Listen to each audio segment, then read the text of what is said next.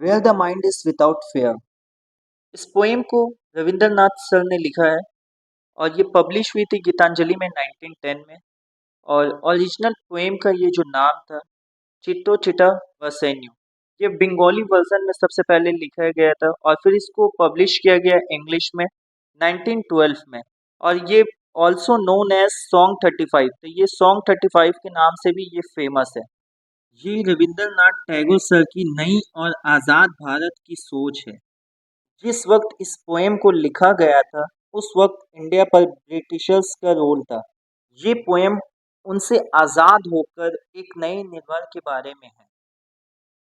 Rabindranath Tagore sir की जन्म 7 मई 1861 में हुई थी और सर डेट हुए थे आपका 7 अगस्त 1941 में।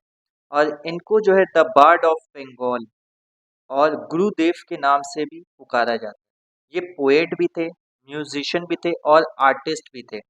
और 1913 में इन्हें नोबेल प्राइज भी मिला था। Where the mind is without fear and the head is held high, यानी जहां हमारे मन में कोई डर ना हो और हम सर उठा कर जी। वेयर नॉलेज इज फ्री, यानी शिक्षा फ्री होनी चाहिए, किसी को पैसे देने ना पड़े और शिक्षा जो है सबके लिए फ्री हो।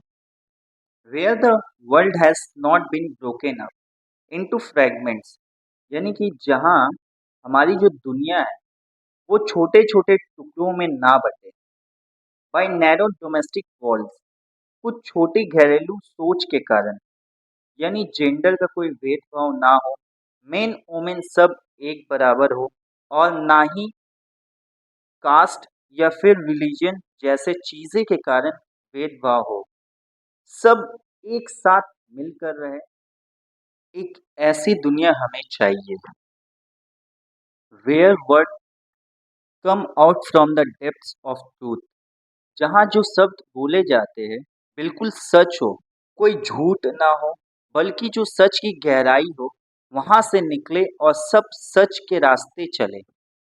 Where tireless striving stretches its arm towards perfection, जहाँ लगातार मेहनत करने से, हार्ड वर्किंग करने से लोगों को परफेक्शन मिल ही जाए, यानी जो भी उनका मकसद हो, एम हो, पूरा हो जाए। Where the clear stream of reason has not lost his way into the dairy desert sand of its habit, यानी जहाँ तर्क और सच्चाई की जो झील है वो गलत आदतों की रेगिस्तान में अपना रास्ता ना बदल ले। मतलब जहाँ लोग सच्चाई और अच्छी आदतें छोड़कर गलत आदतों में ना पड़े और गलत संगति में ना पड़े, हमेशा सच का साथ दे और सच्चाई के रास्ते चले। Where the mind is led forward by thee, जहाँ पर हमारा दिमाग हमेशा आगे की सोच रखे।